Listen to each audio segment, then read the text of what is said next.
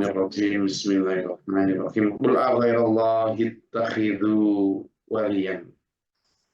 Qul aghairallahi attakhidhu waliyan fadhili samawati wal ardi wa huwa yut'imu wa la yut'am. Katakanlah Muhammad,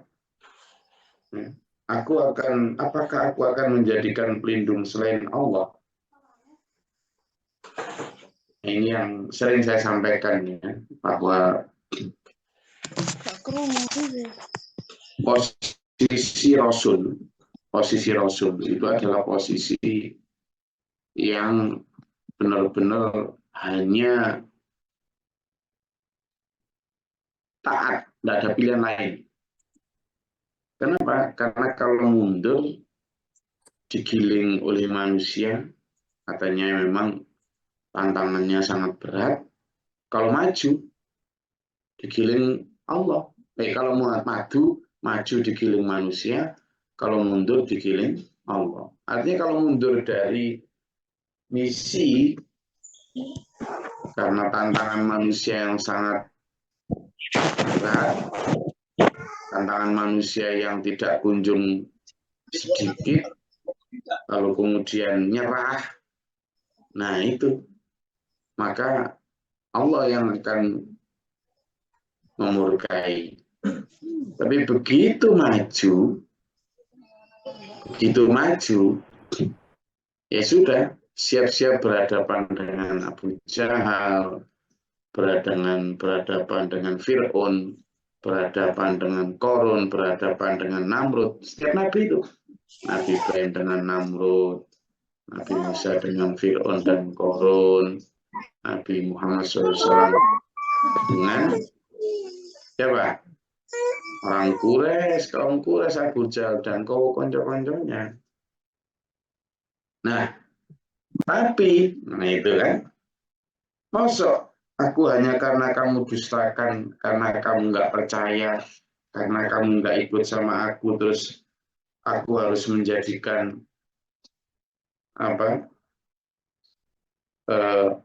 Tuhan selain Allah sebagai pelindung.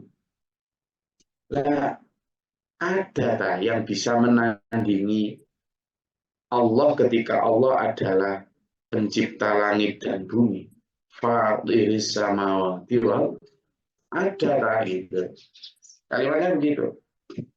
Apa ada yang bisa menandingi Allah sehingga aku nanti menjadikan tandingan itu sebagai Tuhan, sebagai pelindung? Qul aghairallahi attakhidhu waliyan. Padahal Allah lah yang fadhilis samawati wal. Ya nggak masuk akal kalau saya kemudian ngikut kamu untuk menuhankan Lata wal Uzza. Tapi mungkin cara orang Arab ngomong Al-Lata itu mirip Allah gitu ya, karena Al-Lata itu kan tulisannya ya alif lam lam tak marbuto. Jadi bedanya cuma tak marbutonya. Kalau kita Allah kan alif lam lam lalu ya dhamir huwa itu Allah. Bukan dhamir huwa ya, tapi Allahnya itu, hu-nya itu memang saya menyatakan itu adalah kepada huwa Allah satu-satunya. Nah, padahal Allah juga yang yudha'inu wa la yudha'am. Memberi makan tapi tidak diberi makan. Sama percaya Allah memberi makan kita? Kadang tidak percaya. Memang mungkin di bibir kita percaya. Allah lah yang memberi rezeki. Nah, kalau Allah yang memberi rezeki, berarti rezeki yang kita terima itu dari siapa? Dari Allah. Berarti miliknya siapa? Miliknya Allah. Cuma kadang konsepnya itu, prakteknya kita tidak seperti itu. Kita merasa rezeki itu milik kita sendiri. Bahwa segala yang kita miliki itu adalah hasil usaha kita sendiri. Korun itu waktu awal-awal ya taat dia kepada ajaran Nabi Musa. Di samping sepupu, Korun itu adalah santrinya, pengikut Nabi Musa loh di awal itu. Korun itu. Nah, tapi awalnya dia bukan orang yang kaya, dia orang yang dia biasa saja. Tapi lama-lama kemudian dia menyadari bahwa untuk ini harus kaya gitu. Harus kaya, tapi ya itu tadi dia lupa bahwa dia punya kekurangan ketika nanti kemudian kaya, dia tidak akan seperti yang dia janjikan. Nabi Musa sudah mewanti-wanti, bukan kok dilarang kaya kamu, tapi khawatirnya kalau kamu itu tidak mampu menahan nafsumu, sehingga kamu akan sombong, lalu kemudian menyombongkan itu bukan milikmu. Bahwa yang memberi rezeki Allah itu bukan kamu, tapi ya karena kehebatan kamu sendiri, gitu kan? Dan benar memang dia kemudian mengatakan bahwa ini semua adalah milikku, hasil usahaku. Sangat banyak padahal umat-umat sebelumnya yang kemudian ketika dia merasa bahwa kekuasaan, kesehatan, kekuatan, kekayaan, semua itu karena miliknya sendiri, hasil usahanya sendiri, maka kemudian Allah menghancurkan dia. Sebelum Qarun sudah banyak terjadi seperti itu. Tapi ya itu tadi, dia merasa bahwa ya karena ini milikku, karena ini bukan dari siapa-siapa, maka kemudian dia di samping sombong, juga kadang ketika Allah melalui agama membutuhkan hartanya, membutuhkan tenaganya, dia jadi pelit. Jadi pelit. Korun itu sewaktu masih miskin, minta didoakan Nabi Musa agar punya harta banyak, nanti biar bisa lebih bermanfaat untuk perjuangan. Tapi begitu dikasih, coba lihat surat Al-Qasas ayat 78. Coba dibuka. Surat Al-Qasas ayat 78.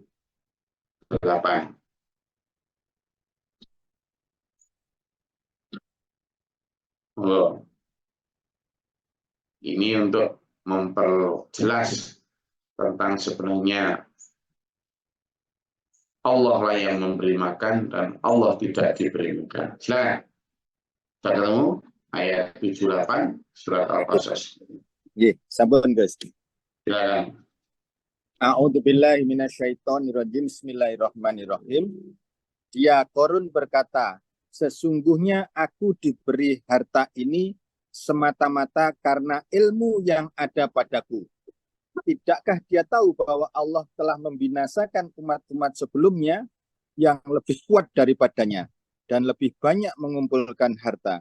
Dan orang-orang yang berdosa itu tidak perlu ditanya tentang dosa-dosa mereka. Shadaqallahul adzim. Nah, ini jelas kan?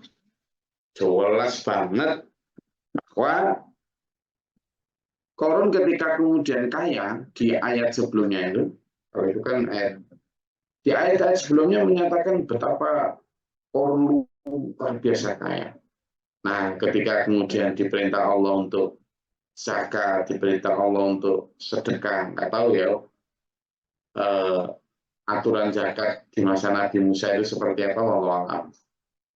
Aturan sedekah di masa Nabi Musa itu wallahu a'lam. Karena Allah pasti punya aturan tiap masing-masing rasulnya. Tetapi intinya waktu Korun ditarik untuk membayar zakat, itu bantahannya begitu loh. Ini harta-hartaku sendiri, hasil usahaku kok. Ngapain? ngatur-ngatur orang lain. Nah, konsep itu adalah karena ya kegagalan manusia di dalam jangankan harta, kamu makan aja Allah yang ngasih kok. Ini yang dimaksud dengan Wallahu yut'imu wa la yut'am. Tidak butuh Allah. Akhirnya apa? Bukti bahwa tidak butuh. Ketika Korun kemudian makin pelit dan makin sombong, lalu kemudian Korun ditenggelamkan ke dalam tanah beserta hartanya. Berarti kan Allah tidak butuh. Kalau tidak butuh, gitu. Hartamu untuk apa? Kamu disuruh Allah bersedekah pun bukan untuk Allah, tapi untuk dirimu sendiri yang pada lainnya adalah untuk umat. Makanya kemudian dengan disimbolkan Korun meninggal dalam keadaan ditelan oleh tanah beserta seluruh harta gudangnya. Kayak kalau sekarang kemudian seseorang nemu harta dari dalam tanah, disebut nemu apa? Harta. Maksudnya itu hartanya siapa? Oh, harta karun. kalau kebetulan. Gimana? Harta karun. Gimana Pak Jo?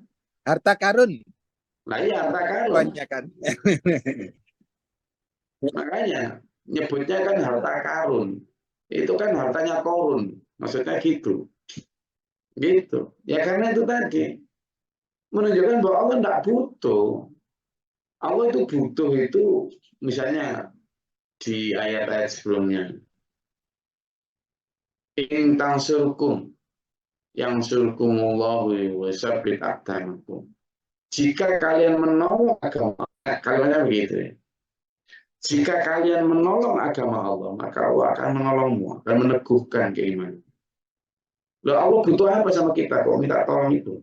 Maha kuasa. Makanya ayat ini dimulai oleh Rasulullah SAW dengan perkataan Attakhidhu waliyan afa ghairallahi attakhidhu waliyan.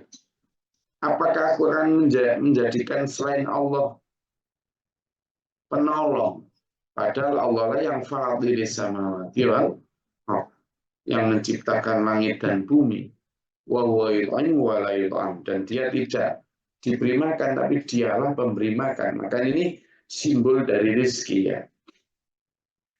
Kenapa dulu tadi saya ajak ke sana? Biar nanti kita itu ketika rezeki udah nggak ada lagi berat untuk berikan, itu nggak ada sudah. Is final gitu loh.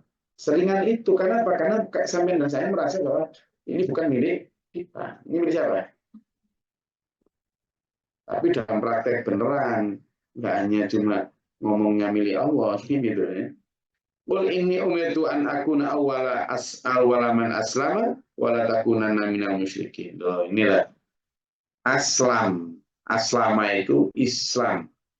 Jadi katakan Muhammad, aku diperintahkan untuk menjadi orang yang pertama. Untuk yang pertama dulu Nabi. Pertama dalam di antara kalian menjadi orang yang Islam. Islam itu artinya serah diri, tunduk patuh. Jadi kalau sampean dan saya Muslim, orang Islam, berarti saya dan sama ini harus siap untuk serah diri, tunduk patuh total, tanpa tapi, tanpa nanti, tanpa kecuali. Wes, tidak ada pilihan. Karena makna Islam itu apa? Serah diri. Kalian masih sampaikan, aku sungguhnya diperintahkan oleh Allah an akuna awwalaman aslam, untuk menjadi orang yang pertama-tama berserah diri kepada Allah. Jadi Islam itu artinya apa? Serah diri, tunduk patuh, ya, menyerahkan jiwanya, tenaganya, badannya, waktunya, hartanya, bahkan nyawa pun diserahkan untuk Allah. Nah, itu baru serah diri yang total atau disebut Islam kafah. Kafah. Jadi apa? Ini ada sejalan juga dengan satu dialog Nabi Ibrahim dengan Allah ketika diperintahkan aslim, maka Nabi Ibrahim mengatakan, ini aslamtu li rabbil alamin.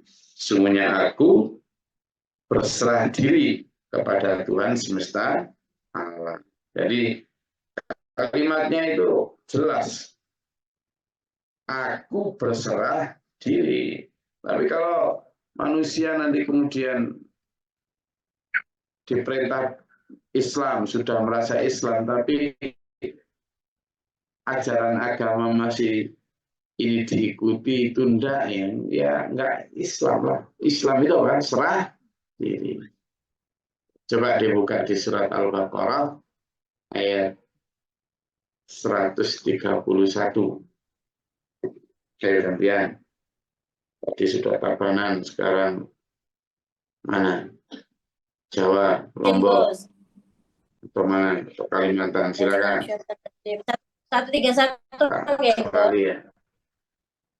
Ayatnya aja ayat 131. Bismillahirrahmanirrahim. Ketika Tuhan berfirman kepadanya, Ibrahim berserah dirilah. Dia menjawab, aku berserah diri kepada Tuhan seluruh alam. Ya, kalimatnya itu begitu, Bu. Dia asli Islam lah. Ya. Artinya apa? Serah dirilah. Tunduk patuhlah. Nah, saya Nabi Ibrahim, Bapak Ibu sekalian, ketika diperintah Islam lah.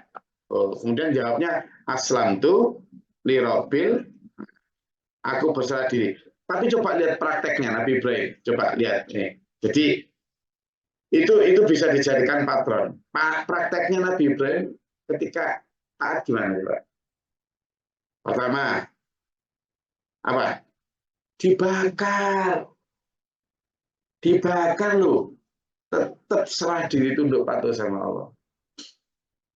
Kedua, diperintahkan untuk meninggalkan anak istri di padang pasir sendirian. Serah diri, serah. Kira-kira Nabi Ibrahim saat itu hatinya itu cocok enggak? Enggak lah, sebagai basal manusia biasa.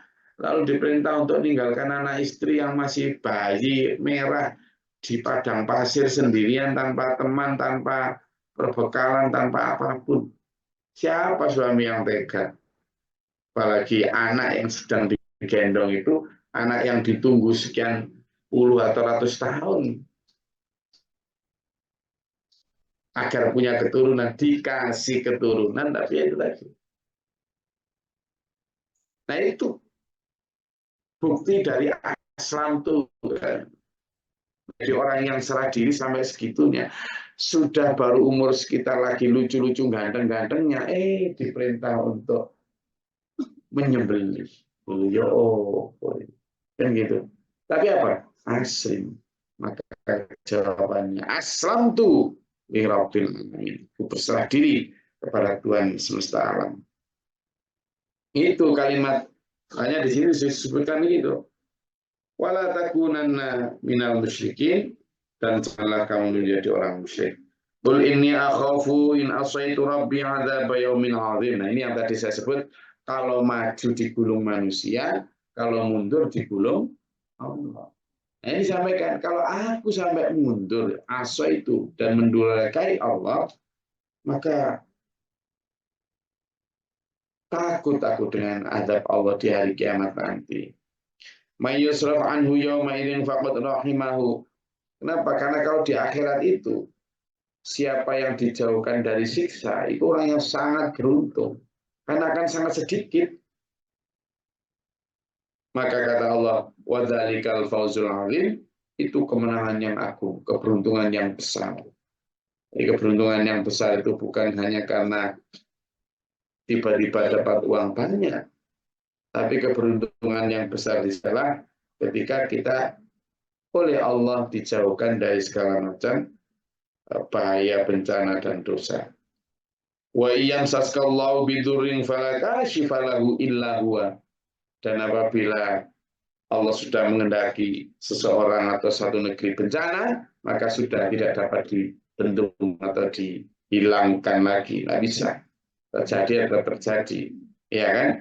jika Allah memang menghendaki. Sebaliknya, wa iyamsaska bi khairin fa huwa ala kulli syai'in qadir. Dan jika Allah hendak menimpakan atau mendatangkan satu kebaikan kepada seseorang atau satu kaum, maka itulah Allah yang Maha Kuasa atas segala sesuatu, ya. Jadi kita lihat ini hanya menangisi segala macam keruwetan hidup ini. Tangisnya tapi bukan tangis pesimis, ya, tapi tangis yang benar-benar minta pertolongan kepada Allah untuk dijaga dari serangan Dajjal dan bala tentaranya, termasuk bencana-bencana yang ditimbulkan, ya. Saya rasa itu, monggo kalau ada yang mau disampaikan, silakan. Ada? Saya masih posisi di Sukamulya. Kemarin keliling Lombok pakai motor, makanya live streaming saya tadi malam kan pakai jaket, pakai sarung tangan, pakai baju komando. Tapi ya memang terpaksa ini sebentar sekali karena waktunya mepet. Ini kalau nanti malam besok sudah selesai. Silakan, ada yang mau tanyakan? Monggo, sampaikan.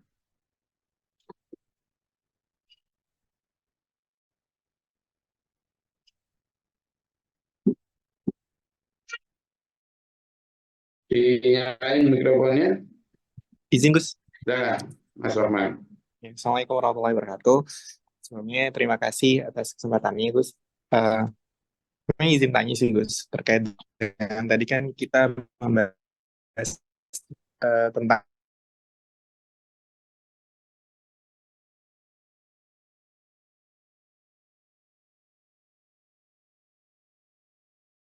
Islam.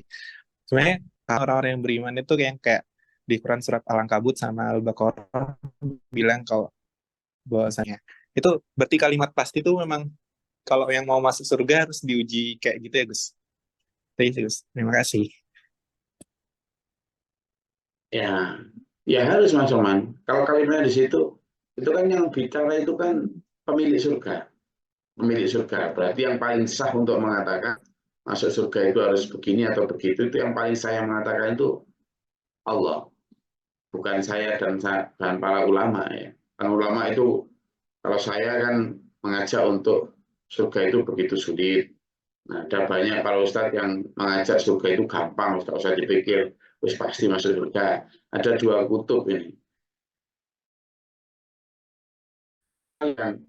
Siapa dan bagaimana orang masuk surga itu ya Allah. Nah, tetapi kalau melihat ayat itu, baik yang Al-Baqarah ayat 214 ya, 14 ya, maupun yang lain seperti dalam Al-Baqarah 155 dan seterusnya, itu memang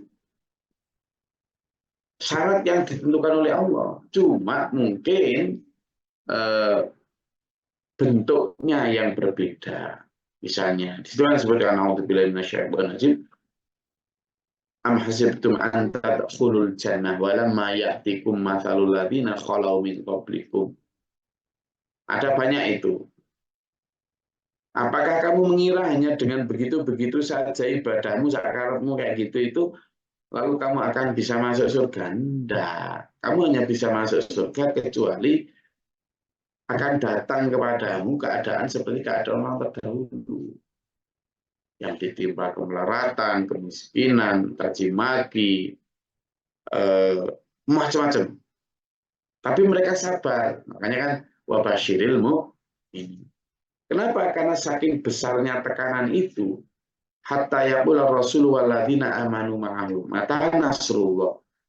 Sampai saking besarnya goncangan ujian yang diterima oleh, sampai orang bilang, kapan ya datangnya pertolongan Allah, sampai gitu. Tapi kemudian dihibur oleh Allah, ala inna nasrallahi qarib.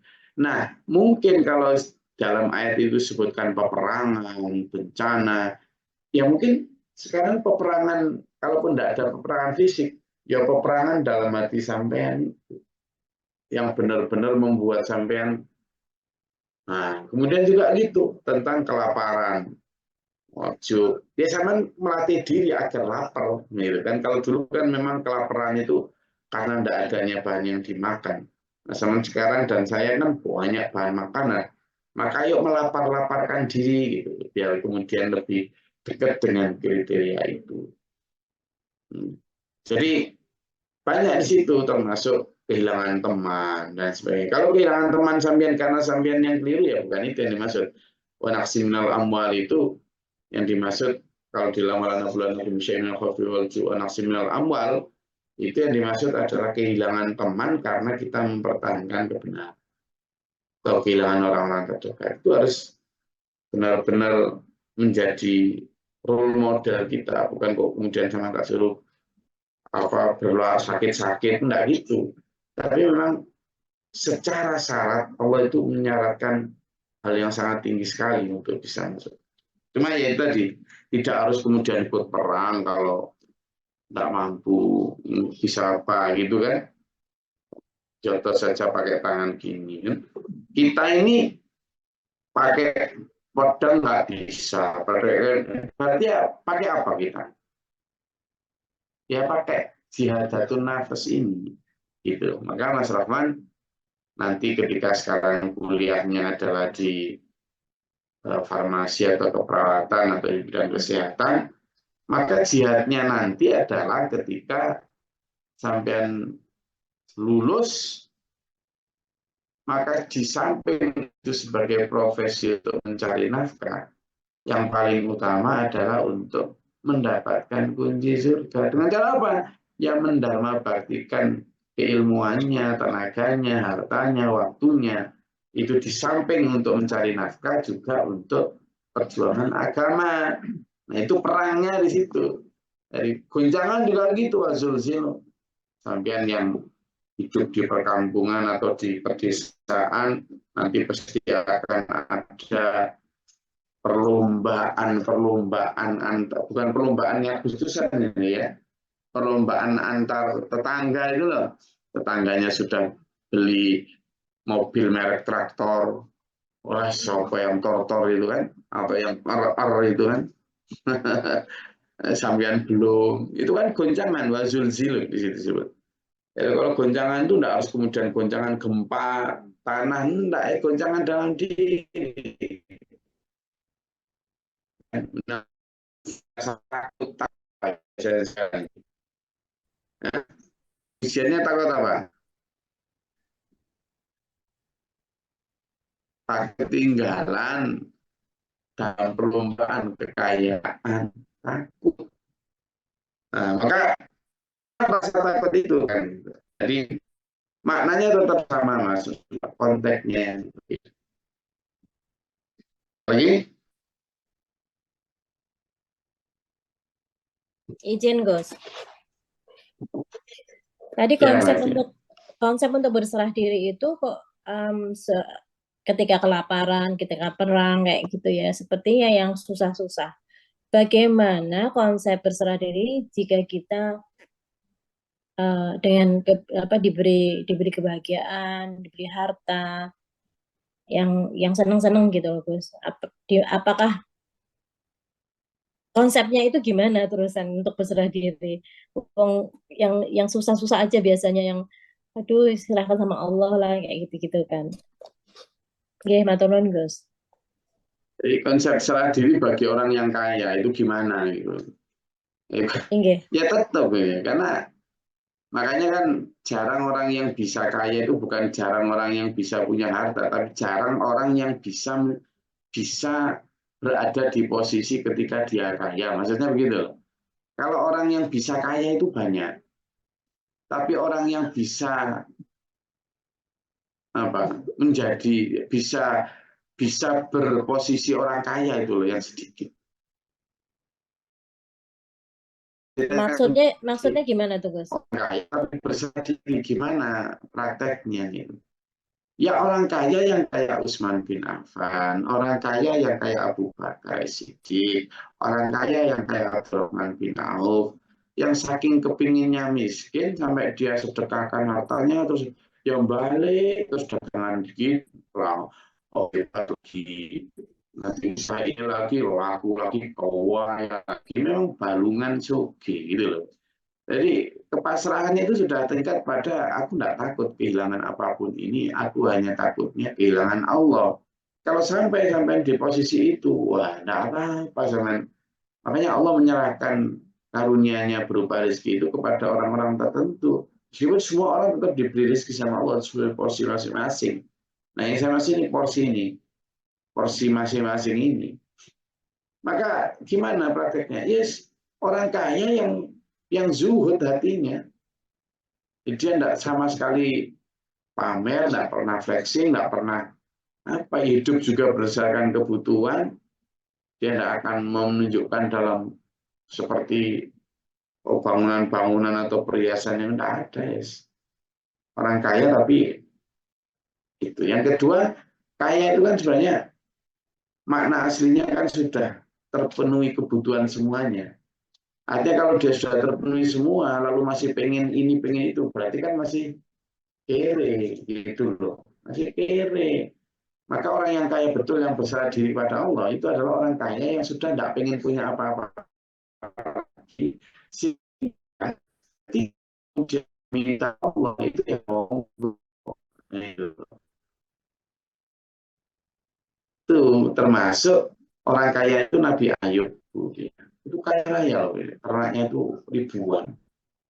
Tapi ketika Allah menguji melalui proposalnya setan itu, ya Allah, ini orang kok nggak bisa digoda ini, digoda itu. Perbolehkan saya menggodanya lewat harta. Dengan cara apa? Seluruh kekayaan yang berupa ternaknya Nabi Ayub dimatiin semua. Harapannya setan kan kemudian menjadi orang yang disiplin, orang yang putus asa, nyala-nyalakan Tuhan. Lah kok malah Nabi Ayub ini malah lawang ini semua milik Allah. Inna juga semuanya kita lillah itu milik Allah. Wa inna dan semuanya kita ilahi kepada Allah. Rosiun dikembalikan. Sekarang kambing saya diambil ya sudah. Loh, kan repot jadinya setan nggak punya power, nggak punya wibawa. Ya kan? Sudah digoda gini gitu, digoda dibunuh anaknya itu loh yang masih tetap innalillahi wa inna ilaihi raji'un. Lah kita kan nggak gitu, belum juga kaya. Diminta dikit sudah innalillahi wa inna ilaihi raji'un. Nah, intonasinya itu. Gitu.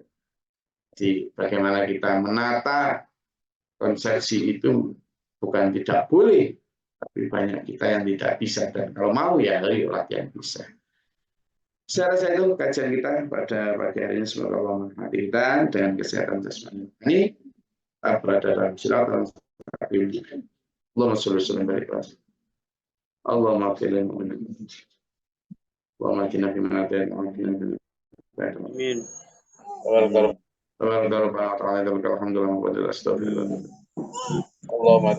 Allahumma do'a'al bala wal wabah wa do'astina min jin syaitan syaitan barabana jin awil Rabbana wa dada'ana iman Amin Rabbana wa naktubina wa syahidin wa nanatu